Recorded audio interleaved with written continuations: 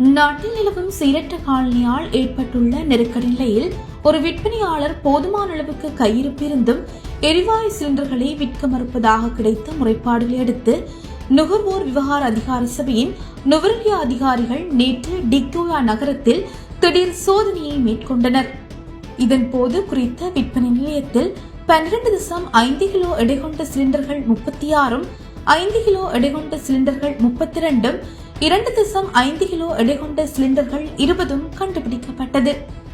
அத்தியாவசியமான எரிவாயு சிலிண்டர்களை மக்கள் பெறுவதற்கு கடும் சிரமங்களை எதிர்கொள்ளும் இச்சமயத்தில் செயற்கையான தட்டுப்பாட்டை உருவாக்கும் நோக்குடன் விற்பனையாளர் இந்த கையிருப்பை பதுக்கி வைத்துள்ளார். அவசர நிலைமை மற்றும் பொதுமக்களின் உடனடி தேவைகளை கருத்தில் கொண்டு முழுமையான எரிவாயு கையிருப்பும் உடனடியாக அதிகார சபையின் அதிகாரிகளின் மேற்பார்வையின் கீழ் நுகர்வோருக்கு விற்கப்பட்டது. இந்த விற்பனையாளருக்கு எதிராக நுகர்வோர் விவகார அதிகார சபையினால் சட்ட நடவடிக்கை எடுக்கப்பட்டுள்ளது.